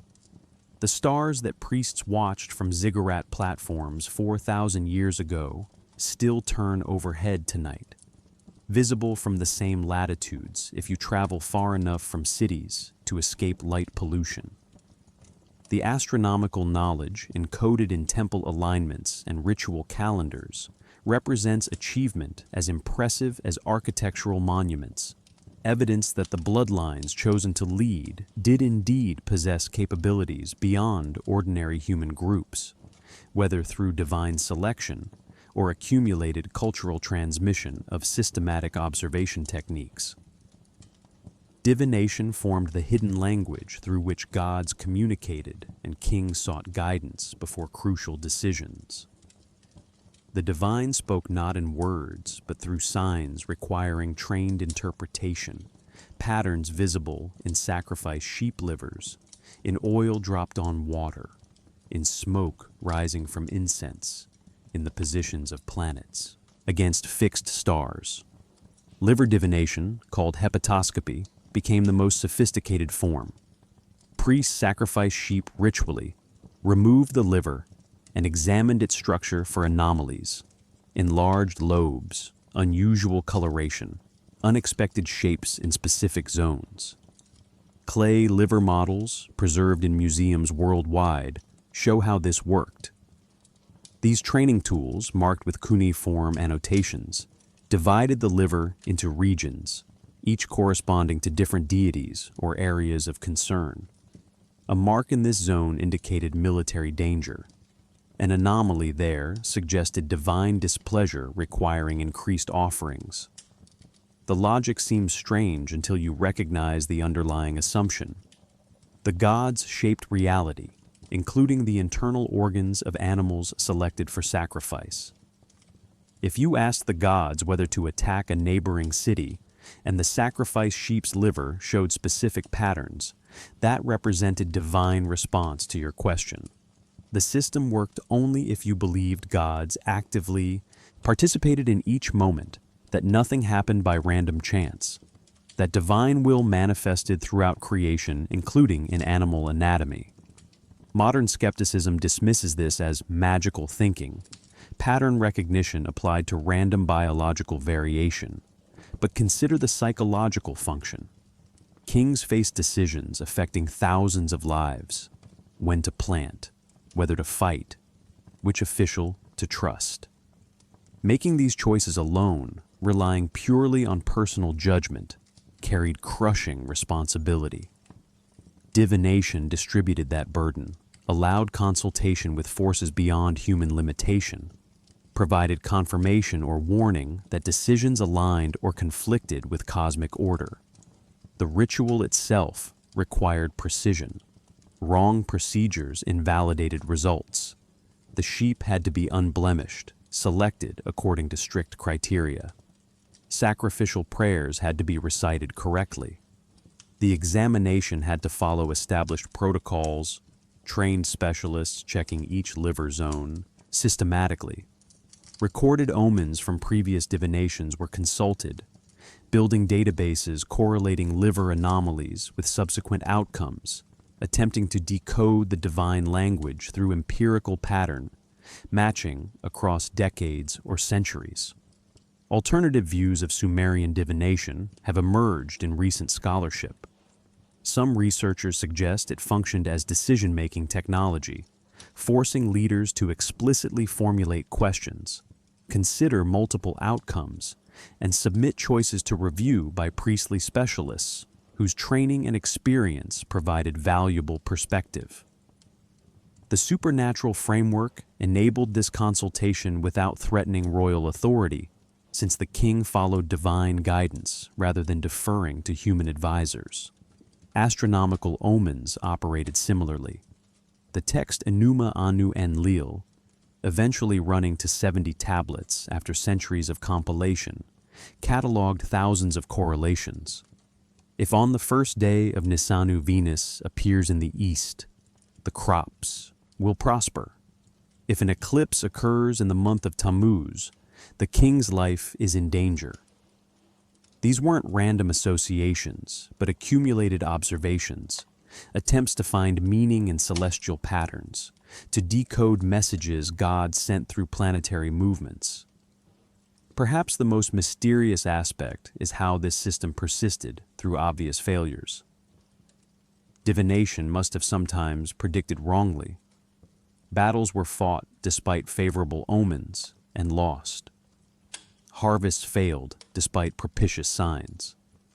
Yet the practice continued undiminished for millennia, spreading from Sumer to Babylon to Assyria, influencing even Greek and Roman approaches to augury and astrology.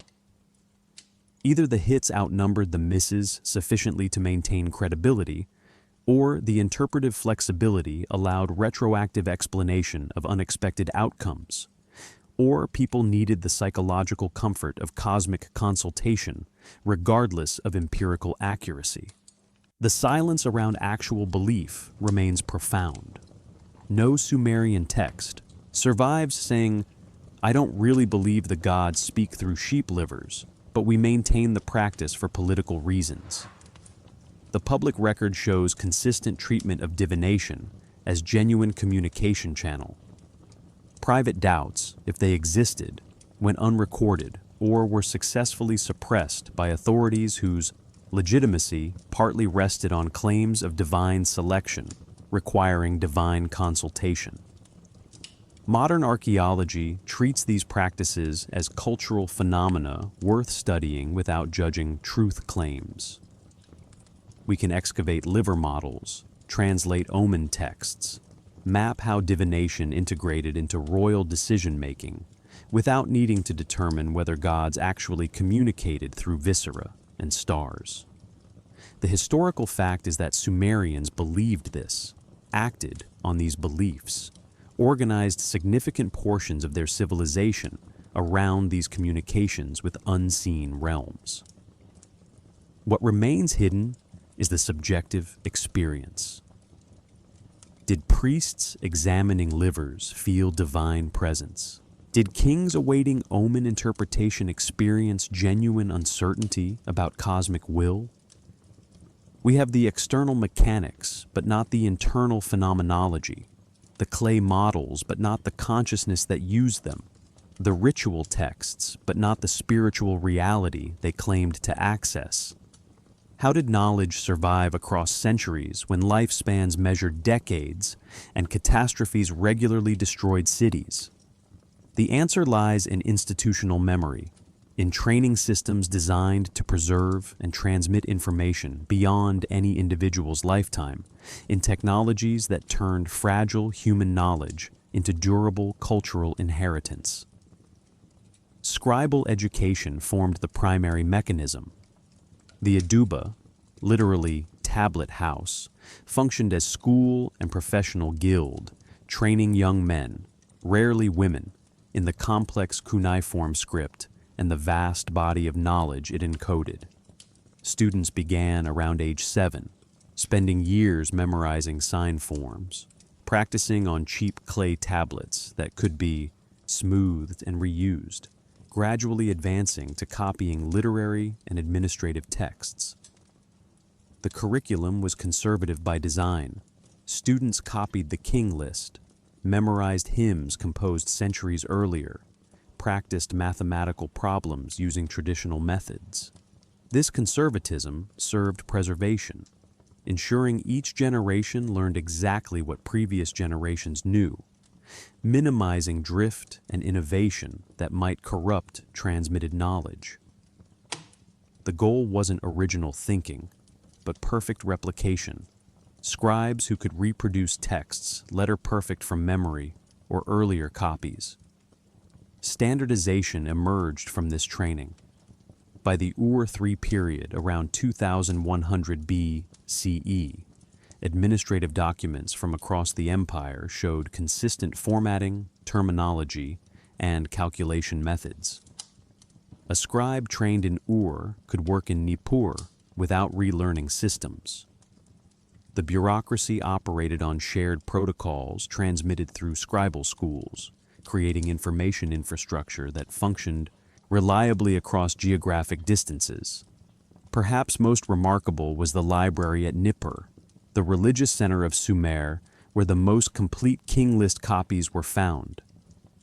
This wasn't a library in modern sense, no building dedicated solely to book storage, but rather temple archives where tablets accumulated across generations, some carefully cataloged and stored, others simply piling up in rooms until fire or flood or administrative reorganization, forced preservation efforts. Nippur's central location and religious significance meant texts from across Mesopotamia eventually reached there, copied and deposited as offerings or official records. The city became repository of civilization's memory, where scribes could consult earlier versions of texts, compare variants, check historical claims against archived documents. When later dynasties wanted to compile comprehensive king lists, they came to Nippur because the needed sources existed there, preserved in clay archives no single person could have created, but institutional continuity maintained. Ritual texts received special preservation treatment. Ceremonies performed annually or on specific occasions required exact replication, the same prayers in the same order, producing the same effects.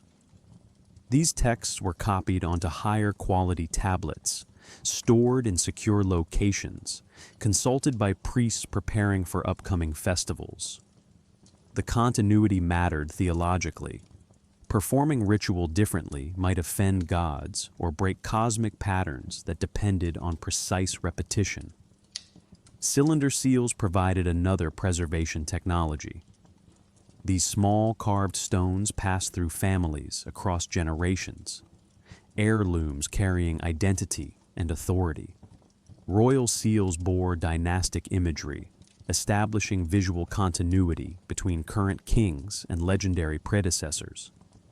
A seal showing the king receiving power from a deity asserted divine selection, the carved stone testifying to supernatural authority in ways written text. Couldn't match for populations largely unable to read. The technology of clay itself deserves consideration. Mesopotamia lacked stone suitable for monumental inscriptions, no granite cliffs or marble quarries where text could be carved to survive millennia exposed to weather. But clay existed everywhere, free for anyone to gather from riverbeds. The very abundance and simplicity of the medium meant literacy could spread beyond tiny elite, that backup copies could be created cheaply, that if one archive burned, another might preserve the same texts. Clay's fragility in some ways enabled knowledge preservation, since no single catastrophe could destroy all copies dispersed across multiple sites. Modern archaeology has revealed the effectiveness of these preservation technologies. Tablets buried in ruins remain legible after 4,000 years. Seals still produce clear impressions. Ritual texts copied in different cities show word-for-word consistency. The systems worked, maintaining knowledge across centuries of political chaos, foreign conquests, environmental disasters, and the normal generational turnover that threatens cultural memory. Yet gaps remain. We have administrative documents, but few personal letters. Ritual texts, but limited theological speculation. King lists, but minimal biographical detail. The preservation was selective, institutional priorities determining what survived. Royal inscriptions and temple records received careful maintenance. Merchants' contracts and personal correspondence were expendable, destroyed after immediate usefulness expired. What knowledge did the bloodlines chosen to lead possess that wasn't written down? Surely some information transmitted orally through apprenticeship and demonstration, techniques too complex for clay tablet description or too sacred for written disclosure. The secret remains unrecoverable, oral traditions dying with their last knowledgeable speakers, leaving only hints in texts that reference practices they don't fully explain. The continuity achieved remains impressive, regardless of gaps. A scribe in 2000 BCE could read tablets written 1,000 years earlier. Kings claimed descent from rulers whose names appeared in texts older than their grandparents' grandparents. The past remained present, accessible, authoritative.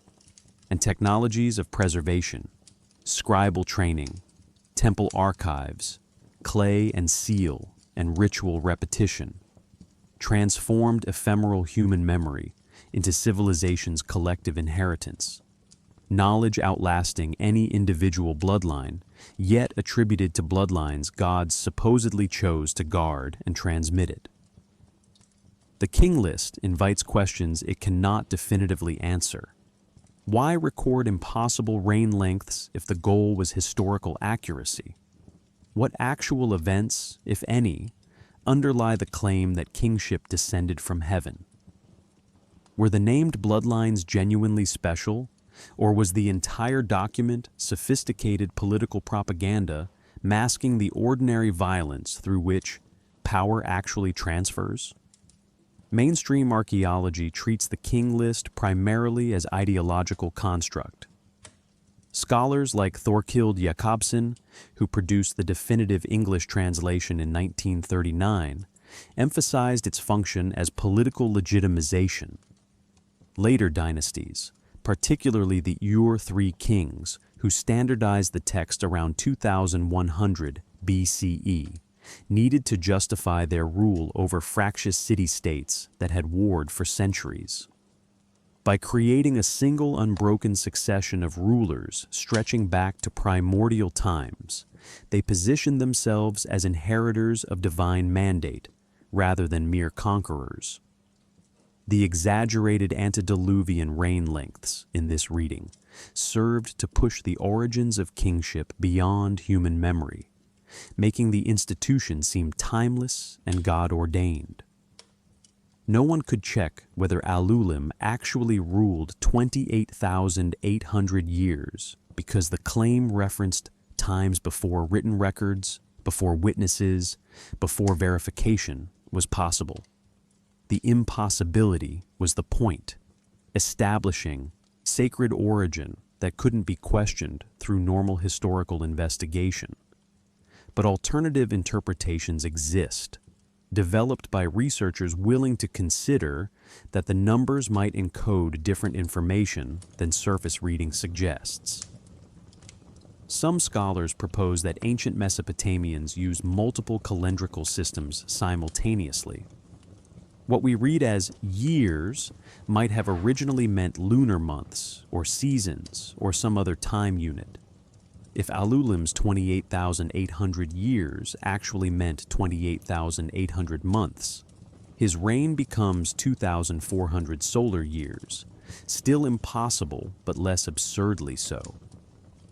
Perhaps the numbers represent symbolic cosmological cycles rather than literal chronology. Others point to mathematical patterns in the reign lengths. The numbers aren't random but follow sexagesimal relationships, multiples of 60 in the base 60 number system Sumerians used. Maybe this precision indicates encoded astronomical data, calculations of planetary cycles, or precession rates embedded in king lists for preservation. Ancient peoples sometimes hid scientific knowledge in mythological narratives, ensuring transmission across generations, even if literal meaning became obscured. A few researchers, operating well outside mainstream archaeology, suggest the king list preserves genuine memory of prehistorical advanced civilization.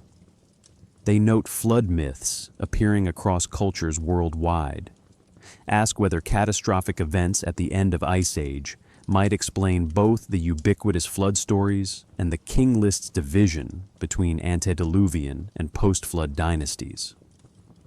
Perhaps the chosen bloodlines were genuinely survivors of lost civilization, families who preserved knowledge and technology that seemed divine to less advanced populations they encountered after catastrophe. This interpretation faces severe scholarly criticism. No archaeological evidence supports advanced Ice Age civilization in Mesopotamia. The cultural continuity visible in pottery styles, architectural development, and technological progression shows gradual evolution, not sudden inheritance of superior knowledge from mysterious predecessors. The flood deposits at various Mesopotamian sites don't align chronologically and represent normal river flooding, not universal catastrophe. Claims about ancient astronauts or lost civilizations, popularized by writers like Zecharia Sitchin, rely on selective reading of texts and ignore contradicting evidence. Yet the questions persist. Why do flood myths recur so consistently? Why did Sumerians insist kingship descended from heaven rather than emerging through normal human processes? Why name specific families, trace particular bloodlines, if the entire framework was fiction? Perhaps the truth sits somewhere between literal acceptance and complete dismissal, oral traditions preserving distorted memories of actual events while accumulating mythological elaboration across centuries of retelling. We may never know with certainty. The Sumerians left us texts, but not explanatory footnotes, monuments, but not instruction manuals for interpreting them. Modern scholarship can analyze what survives, compare manuscripts, excavate ruins, date artifacts through scientific methods, trace cultural influences. But recovering the subjective beliefs of people dead 4,000 years, understanding what they actually thought about their own claims, requires speculation no amount of careful archaeology can fully eliminate. The competing interpretations reflect different assumptions about human nature and historical process. Those who see pure political propaganda assume ancient people thought like modern politicians, cynically manufacturing, legitimizing narratives. Those who propose encoded knowledge assume ancient peoples were scientifically sophisticated, embedding information in formats that would survive cultural collapse. Those who accept partial historical memory assume catastrophes severe enough to fragment civilizations while preserving fragmented traditions. All three positions have merit. All three face difficulties. And perhaps the inability to resolve the question with absolute certainty is itself meaningful, suggesting that human history contains layers more complex than any single interpretation can capture. The Sumerian claim that God selected certain bloodlines to rule wasn't unique. Across continents and centuries, civilizations developed remarkably similar ideologies of sacred kingship, divine selection, and supernatural legitimization of authority.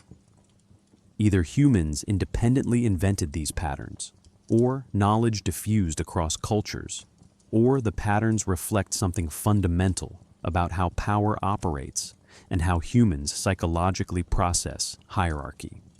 Egyptian pharaohs claimed literal divine identity. They weren't merely chosen by gods, but were gods incarnate, Horus walking earth in human form, son of Ra, possessing divine essence. This differs from Sumerian theology, where kings remained human even while holding divinely granted office.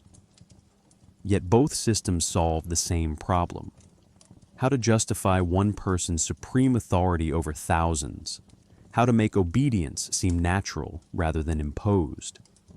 Chinese civilization developed the mandate of heaven, a concept strikingly similar to Mesopotamian kingship descending from heaven. The mandate could transfer between dynasties when rulers lost virtue or failed their responsibilities. Natural disasters, famines, and military defeats indicated heaven had withdrawn approval, legitimizing rebellion and dynastic change. This resembles how the king list shows kingship transferring between cities when one dynasty falls and another rises, the divine office moving to new bloodlines while maintaining institutional continuity. Mesoamerican rulers, particularly Maya kings, traced descent from gods and performed rituals maintaining cosmic order. Their bloodletting ceremonies, where kings pierced themselves to offer blood to deities, paralleled Mesopotamian sacred marriage rites. both physical acts through which rulers mediated between human and divine realms. The Maya long count calendar and astronomical observations mirror Sumerian interest in celestial patterns, both cultures linking royal authority to cosmic knowledge. Indo-European cultures from India to Ireland shared concepts of sacred kingship. Vedic texts describe the Raja as divinely ordained protector of Dharma, cosmic order.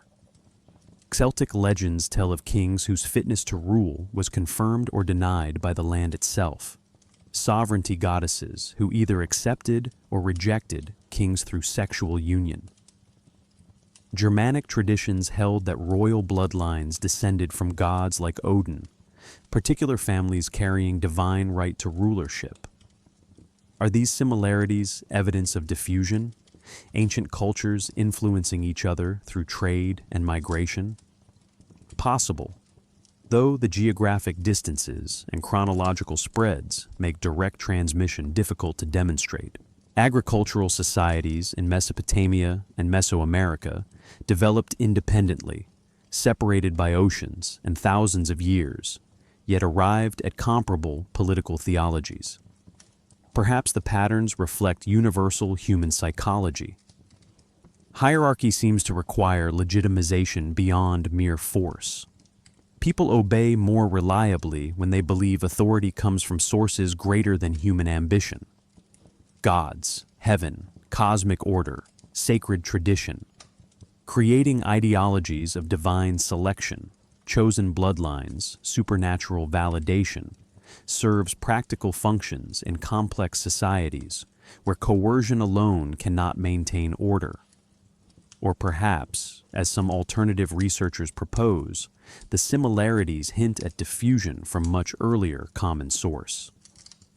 If civilization is older than mainstream archaeology acknowledges, if catastrophes destroyed advanced cultures, whose survivors scattered globally, those survivors might have carried similar political and religious concepts to different regions where they influenced developing societies.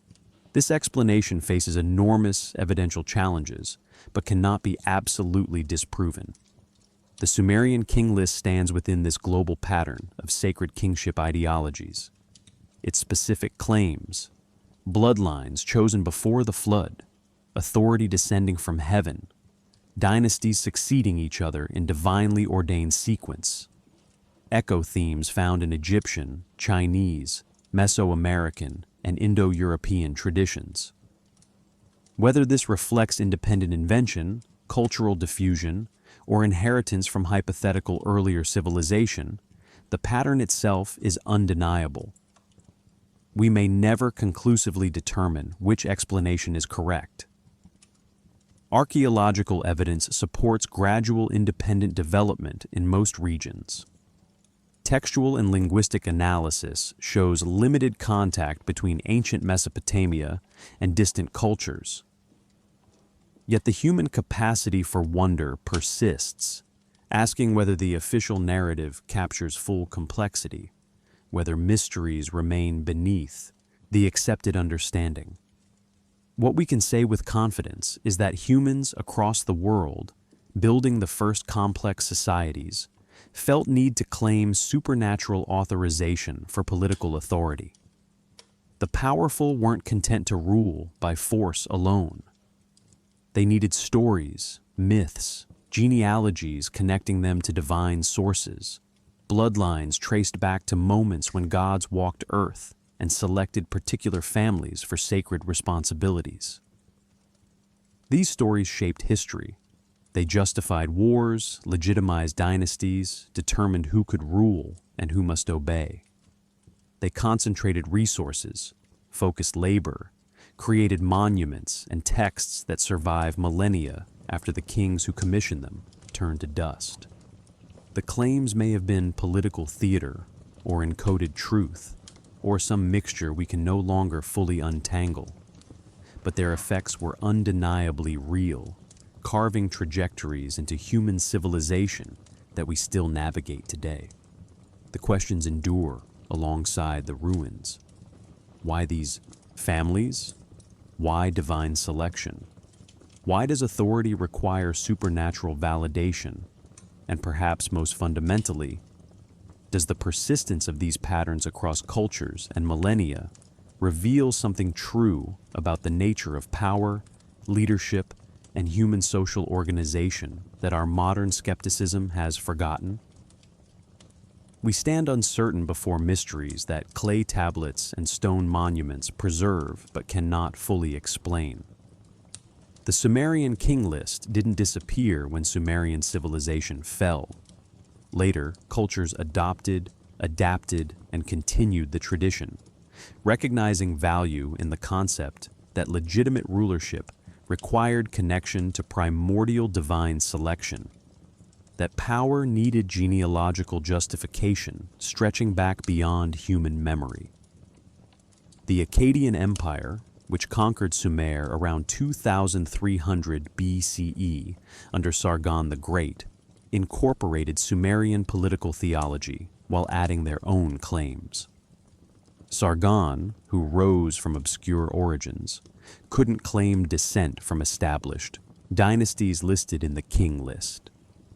Instead, his inscriptions emphasized divine selection through merit, telling how Ishtar loved him and granted him dominion. But his successors worked to connect their lineage to earlier traditions, marrying into Sumerian royal families, performing rituals at ancient sacred sites, adopting titulary that echoed claims of previous rulers. Babylonian kings continued copying the king list, adding their own dynasties to the sequence. The document expanded, incorporating new rulers while preserving the antediluvian kings and post-flood succession that established the template. Hammurabi, ruling around 1750 BCE, claimed authority not just through military conquest, but through divine designation, presenting his famous law code as revelation from Shamash the sun god, continuing Mesopotamian tradition that legitimate law required supernatural authorization. Assyrian monarchs, ruling from northern Mesopotamia, maintained libraries where Sumerian texts were copied and preserved. The Great Library of Ashurbanipal at Nineveh, destroyed in 612 BCE, contained thousands of tablets, including king list copies, mathematical texts, astronomical observations, and literary works in Sumerian and Akkadian.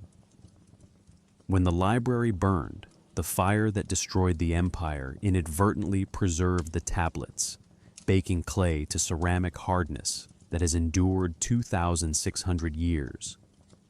Even the Persian Empire, conquering Babylon in 539 BCE, recognized the power of Mesopotamian legitimacy.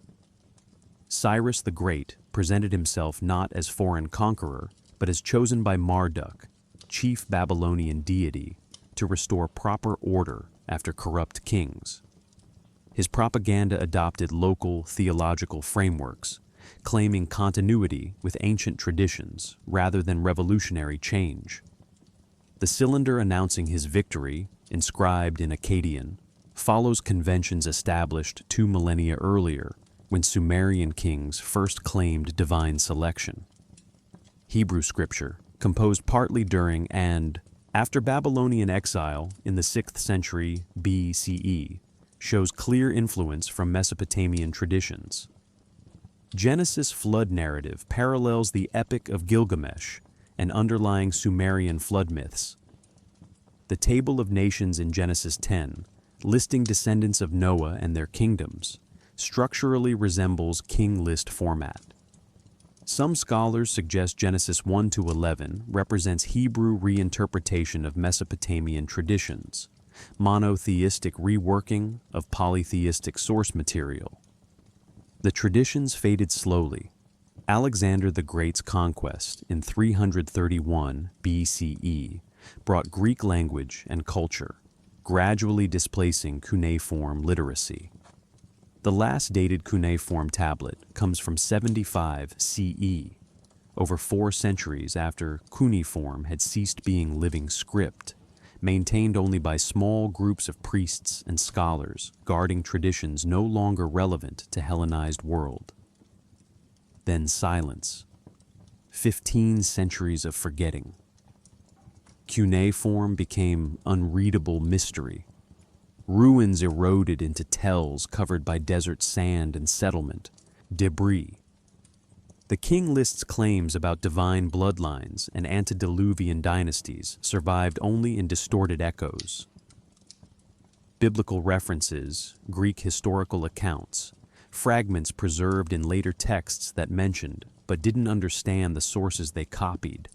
Rediscovery began in the 19th century. European explorers, equipped with picks and colonial ambitions, dug into Mesopotamian tells seeking confirmation of biblical narratives. They found something richer, entire civilization forgotten by history, languages unspoken for millennia, texts recording perspectives outside biblical tradition. Henry Rawlinson's decipherment of cuneiform in the 1850s unlocked these texts, allowing direct access to Sumerian and Akkadian voices. The first king list fragments reached European museums in the 1860s and 70s. Scholars slowly pieced together the document's contents, compared variant copies, realized they held chronological framework for world's earliest urban civilization. The Weld Blundell Prism, most complete version, was acquired in 1922 and published in 1923, finally making the full text available to modern scholarship. Even now, excavations continue.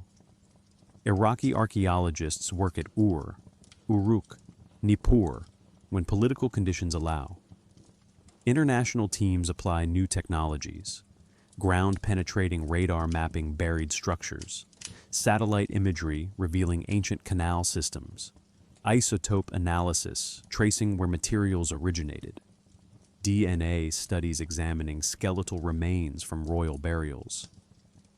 Each season brings discoveries, new tablets, refined chronologies, evidence revising or confirming earlier interpretations. Digital humanities projects are creating comprehensive databases of cuneiform texts, making tens of thousands of tablets accessible to scholars worldwide. Machine learning helps reconstruct damaged inscriptions, comparing fragment patterns across known texts to fill gaps. The king list itself appears in multiple digital archives, high-resolution photographs, allowing anyone with internet connection to examine the actual wedge marks Sumerian scribes pressed into clay. Still today, the questions the king list raises remain relevant. How do we legitimize authority? Why do leaders claim validation from sources beyond human preference? What makes someone suited to lead, and who decides?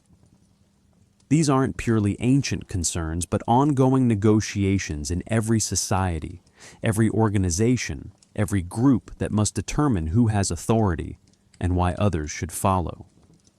The Sumerians said kingship descended from heaven, that God selected particular bloodlines for sacred responsibility.